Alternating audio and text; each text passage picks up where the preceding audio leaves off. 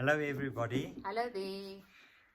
After the harrowing experience of the past weekend, a nerve-wracking situation, we thought we might talk a little bit about nature as a presence, as something to be reckoned with. We constantly come back to nature as a theme. I think to a large degree because there's this notion that nature is apart from us, but we're actually a part of nature. Yeah, we are We are nature. We are nature. natural beings. Yeah, but to look at the elements of nature and against the backdrop of the experience that we had, that got us thinking and talking around a lot of issues. So we thought we'll touch upon that. So you might have seen on Facebook that we had this terrible thing happening of Molly, our wild child dog, just getting lost on Tafelkop. And as you know, Tafelkop is the mountain head that gives the farm that we live on now its name. And it's a beautiful presence that you are constantly aware of. And we sort of look at it with very romantic eyes, and we were planning on going up Tafelkop and exploring. Very excited. We decided that it would be on Saturday before the cold front and the snow would be upon us, and we packed a rucksack and took the dogs and off we went. We took the 4x4 route because Tafelkop has cliffs all around it, so there's not, except on the one end. On the one end you can actually go up that route. For me and the dogs that was quite accessible, and got to the top, windy, very bad. The wind was quite extreme, but and then discovering this wide open, almost a moonscape. Yeah, grassland with a little bit of a hill height in the center, not quite center, but more or less in the middle of. Which is the highest point. Yeah. But also just a grassy hill almost. So, but then with these cliffs, really quite serious cliffs all around. So it was in this walking around there that Molly simply disappeared. Yeah. I said to George, it's like she's been swallowed up by the earth, because there wasn't anywhere where she could just be. It's open, it's visible from everywhere. If you stand on the hill, then you see the whole of Tafelkop. So it was a very weird experience when, with a normal way of going this way and that way, we know her so well, and George will whistle or call and she'll come back, and then she goes off a little bit, but never far. So when we realized that she was not answering or coming back, we started searching for her, and George walked back along the edge for quite some time, and eventually we decided to come back down and see if she didn't get herself a way home, but she wasn't here. And so Saturday night, you worry about her being out in the open. Luckily she has this huge fur coat, she's half husky. And so Sunday George went up early, was searching for hours, thought he heard her once, and was concentrating on the area that he thought he heard her, and could find nothing. So another night passed, and then miraculously on Monday, when the workers arrived, they found her in this crevice. It was almost like a small cave between rocks that she fell into. And she was unhurt, which was actually about 3 meters deep. And they got her out, and as they were coming down the mountain, it started snowing. So it was so nerve-wracking and so worrisome in terms of what happened to her. Did she run after the blesbuck that's at the top, or did she go after a dussie over a cliff edge? Because she's not familiar with those high cliffs. She tried to follow her route and fell to her death. So you had all these. And the farmer then told us about holes on the surface of Tafelkop that's actually quite dangerous and that you could fall in. That's quite deep, like crevices. So we had all these scenarios going off in our heads. And then finding her and trying to make some sense or to take something from this experience. Because, as we said, we have this notion of nature, and often it is a very romantic notion, a romantic idea. Tafelkop in itself is a landmark that is very susceptible to romantic images because it is visible from a long distance away, just a few kilometers out of Wakkerstroom. When you come around a bend, then there in the distance is Tafelkop. It looks different from the other mountains and hills in the area. It is really, it's a presence. Almost like a landmark. It's a landmark. You would have that on a map. They would draw Tafelkop and say, that's where the treasure is. You're heading there. So you have this presence and this notion. And for me, I sort of say it very cautiously. I was the one that said, I don't want to live in town. I want to live where it's still wild and unspoiled, and where the elements play a part and nature plays a part, where I have to adapt to that. And this was then a real wake-up call in terms of what that would actually entail, what that would actually ask of me. And I think I was a little bit naive in the sense that for me, Tafelkop was just another hill to climb and the real presence of areas that might not be safe for dogs, for humans, an area that we didn't know at all, which now I feel maybe we were a bit irresponsible to take the dogs up before we ourselves have had a look at it. But in all honesty, I don't think we would have found that hole between the two rocks. But I mean, we would have been more cautious. No, we would have seen, because from here you see the cliffs, but when you're at the top and you look down those cliffs, you know that this is not something to play with.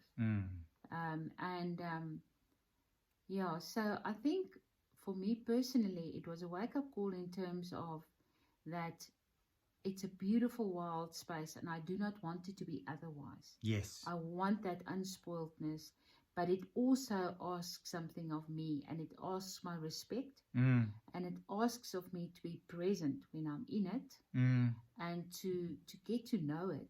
Yes, I wanted to say, excuse me, I think that's important. Part of the respect is knowledge. It's almost like a relationship that you have to develop. And with this place called Tafelkop, and what it holds and what you need to be aware of. It's like Tafelkop really said, do you know who I am? And I think that was a very necessary meeting for us in terms of our spirituality, in terms of our wanting to respect where we are.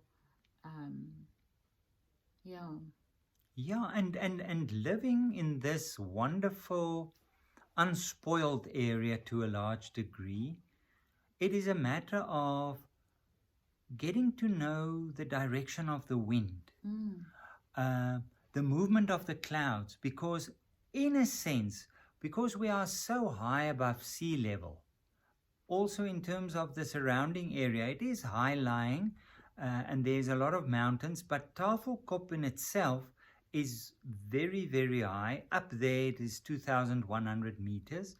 And in some ways, it sounds over dramatic, but in some ways it has its own weather.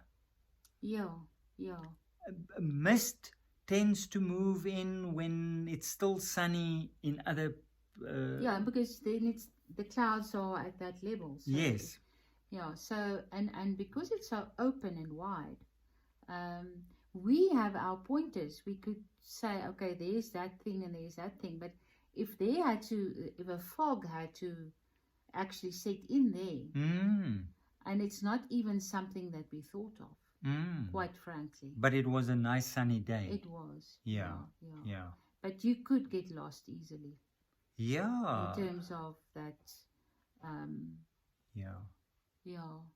So it's not a matter of having a romantic image of this nature element, but it is acknowledging it as a presence that tells you something of our relationship with nature. And it's still such a wise teacher in that sense, because Matilda said, I don't want to live in a tame place. It still must be wild. But when it is wild, it is also discovering our own limits. Yeah. We can be so self-centered and invincible. And invincible. Anything is possible for us. We can do anything. And by the grace of God, to a large extent, it is that way. We as human beings are capable of immense feats for which we are grateful, but we have our limits. And how do we fit into the bigger picture? It is so interesting how we often come back to nature, because in our spirituality, nature is a dominant element. And it's a very definite, it is what it is. It's a presence, and we are part of that. Yes. We do not stand on the side and experience nature. We are part of nature. Yes. So, yeah. And it also doesn't mean that we must now be scared of venturing out of because for me it's exciting to think that we now know Tafelkop better. Yeah. We look at Tafelkop with other eyes than what we did before the weekend. So it's now almost an adventure of, okay, we need to be careful. We need, like when you go to the ocean or a river that's fast flowing, Tafelkop is not just a hill. It is a place where I need to be present and mindful and develop and get to know the place. And that in itself is wonderful and an adventure to have a place like that to discover. And that is only Tafelkop, because if we go to Gele Mountain, which is even higher than Tafelkop, and much more woody and with cliffs and waterfalls, and so that's a whole different ball game. But it also makes us realize that we need to also be careful what we ask of our pets and what they are capable of. Yeah. So we need to also make sure that we take them where it's safe. Yeah, because Jasper, the border collie, is the old one.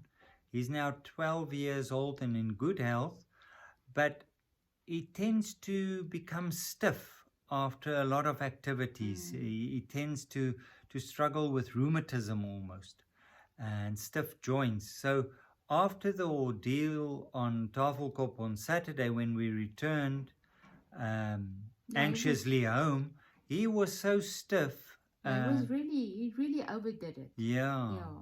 He was looking fine on the hill and when coming down even, but soon after you could see that he overexerted himself. Yeah. It is just this great web of life. I think it was Duns Scotus or Bonaventure, not sure which one of the two, but who was talking of the university of things, the great chain of being. And we part of that great chain, and we're not necessarily the strongest link. No. But it's also not like nature is out to get us. No, It's no. not malevolent or evil or anything. No. It is just what it is, and we Yeah. have to respect that. Yeah. And I think that's the main thing that I can take from this. But it's And being very grateful for how things turned out, and the timing was just divine timing. For me also, it is a matter of first-hand experience gratitude on a very, very deep level. And looking at Molly now, because it was touch and go. It was really, I don't think we realize how close she was of being gone out of our lives. So it is really a deep gratitude to see her running around and being quite cozy and warm inside the house. And she came running way ahead of the rescue team, actually with the snow starting to fall. So it was like a marathon runner coming in, and it was just incredible. It was like I couldn't believe it. Yeah. It was wonderful.